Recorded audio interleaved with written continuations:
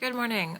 Welcome back to my channel. Today I'm going to attempt to do, I can't really do a 24-hour reading vlog because I like sleep too much. So I'm going to attempt to do a 12-hour reading vlog. Start to finish, I want to read at least one book in 12 hours, all in one day. I'm excited to do this. This is stuff that I've been wanting to do. I did wake up at 5:30 this morning and eagerly stalk my Amazon app because I got a new Kindle. It got delivered at exactly 6 a.m. this morning. I heard them walk up the stairs and put it against my door. And then I've never set up anything so fast. So there will be a little break because I'm waiting for a case for it to arrive. And I want to make it all cute. I have 5 minutes.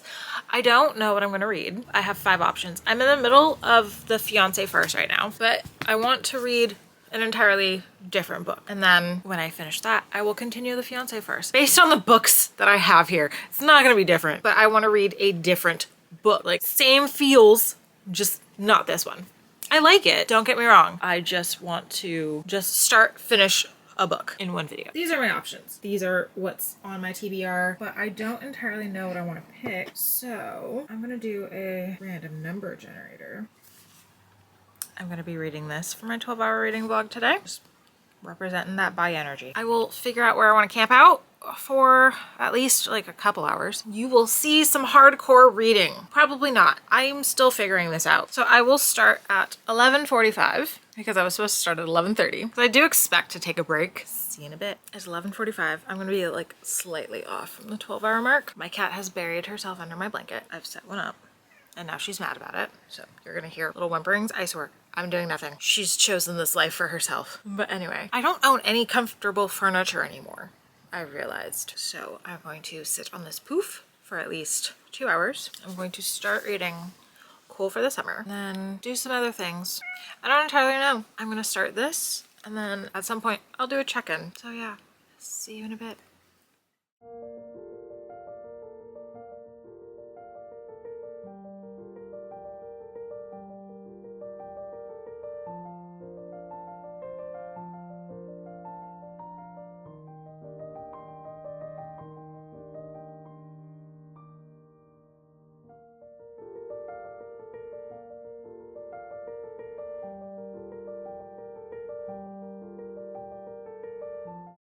I'm 2 chapters into Cool for the Summer. First of all, it started raining like crazy. Thunder earlier. I'm 2 chapters into Cool for the Summer. I am 25 minutes into my 12 hours. I put it on pause because I want to talk. I'm 2 chapters in. It's not bad so far. A little bit of a slow start. Stuff is kind of already happening. She has just come back from spending the summer with her mom and her mom's boss on the Outer Banks, and now his daughter is going to school with her, and she's just had a summer fling with her. But on her first day, the guy that she's had a crush on for years has started taking interest, and as she's flirting with him, the girl walks in. So that is the first thing she sees. And now all the news is about the new girl, and they've just kind of talked for the first time because her name is Jasmine, is ignoring the main character named Larissa. So it's not bad so far. This isn't my first Dahlia Adler. It's similar writing.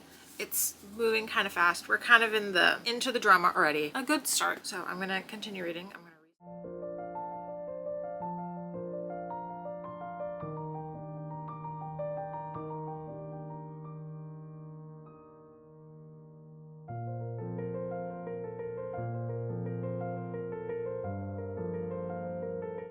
Okay. 5 chapters in. I had to find some type of bookmark, but I'm 5 chapters in. She is starting to date the boy, but miss the girl. I'll try and keep this spoiler free as best I can. I don't know what I can and can't talk about, but we're only, again, 5 chapters. We're only 64 pages in. So Jasmine hasn't let anyone know that she and the main character, Larissa, know each other. Larissa hasn't really told anybody that she spent the summer with Jasmine. Jasmine's group of friends, Outer Banks friends, know about her giant crush on the guy. That's kind of a main thing here. So pretty sure Jasmine knows about him. Well, she's mentioned his name a lot, so she definitely knew about him. It's a little funny. It could be funnier. As a person who loves sarcasm, could use a little bit more sarcasm, I will be honest. Sorry, let's show the actual camera. I'm like 10:46. No. I'm counting down. So this is how much I have left. Just your classic girl meets girl and girl meets boy story. I'm gonna continue reading. I like to do things in 5-chapter increments. I don't know why I can't talk. I will probably be back in 5 chapters.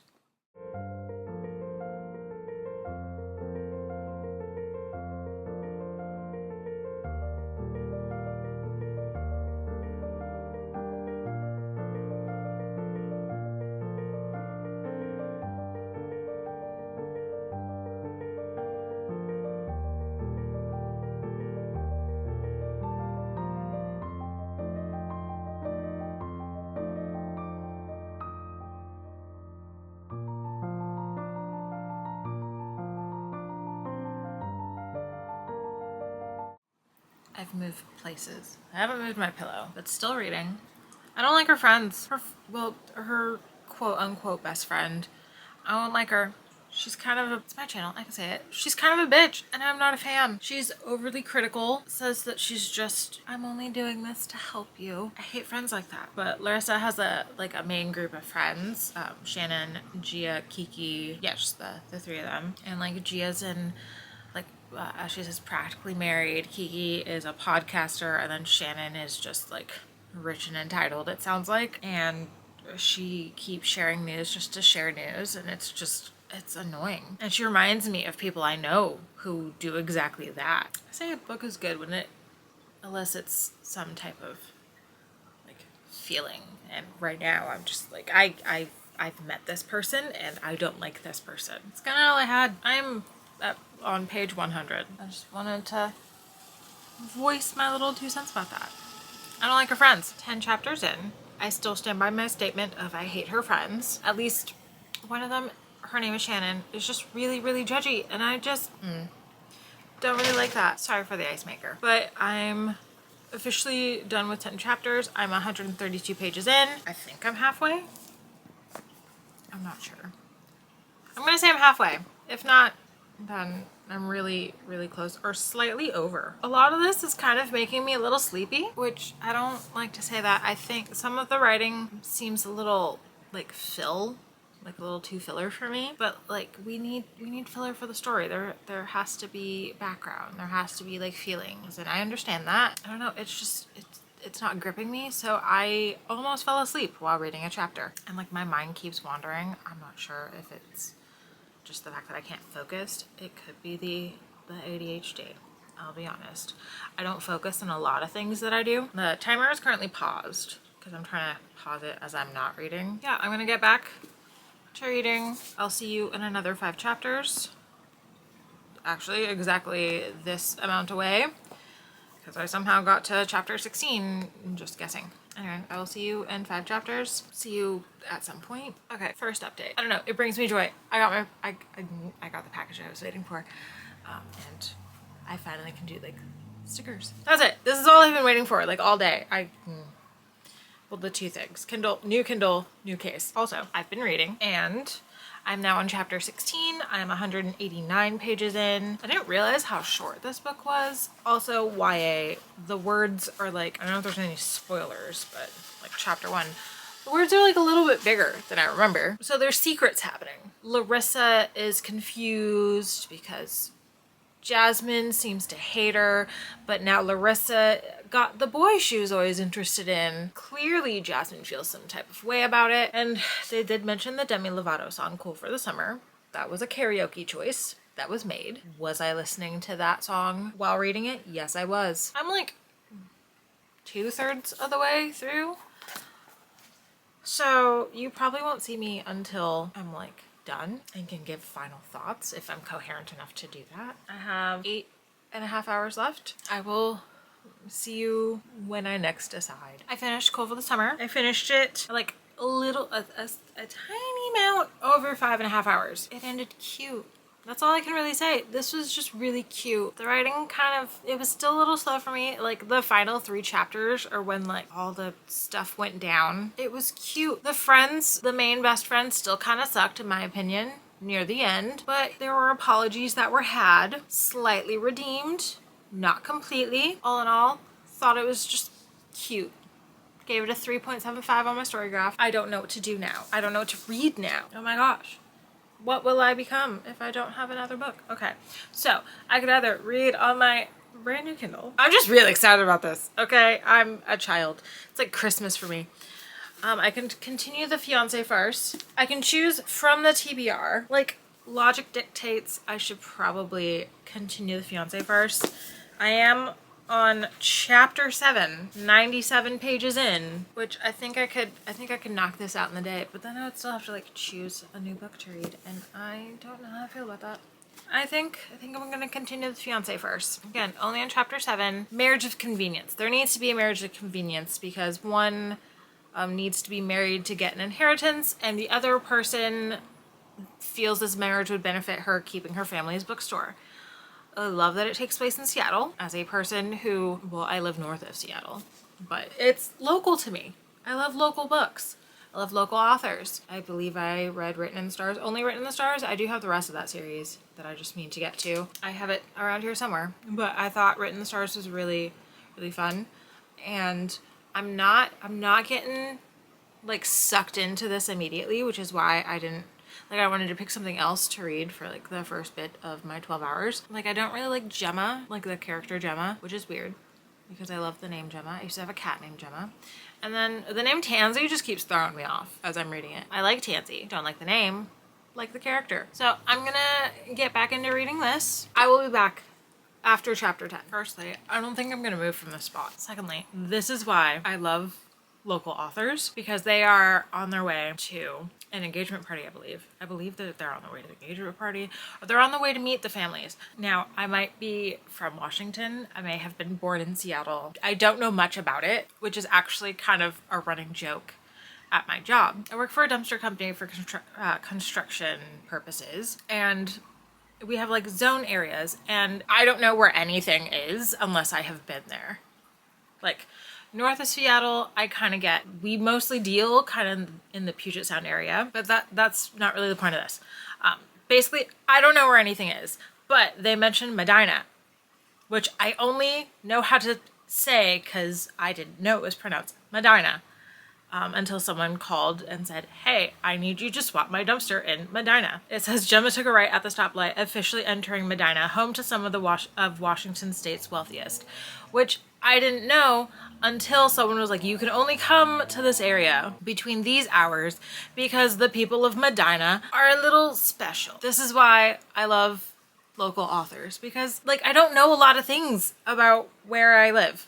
I don't know much about my state. I know my little bubble of Washington. I know the area I went to college, over on the east side, which is also small. I read Today, Tonight, Tomorrow in 2020, like when it came out. I pre-ordered it and everything.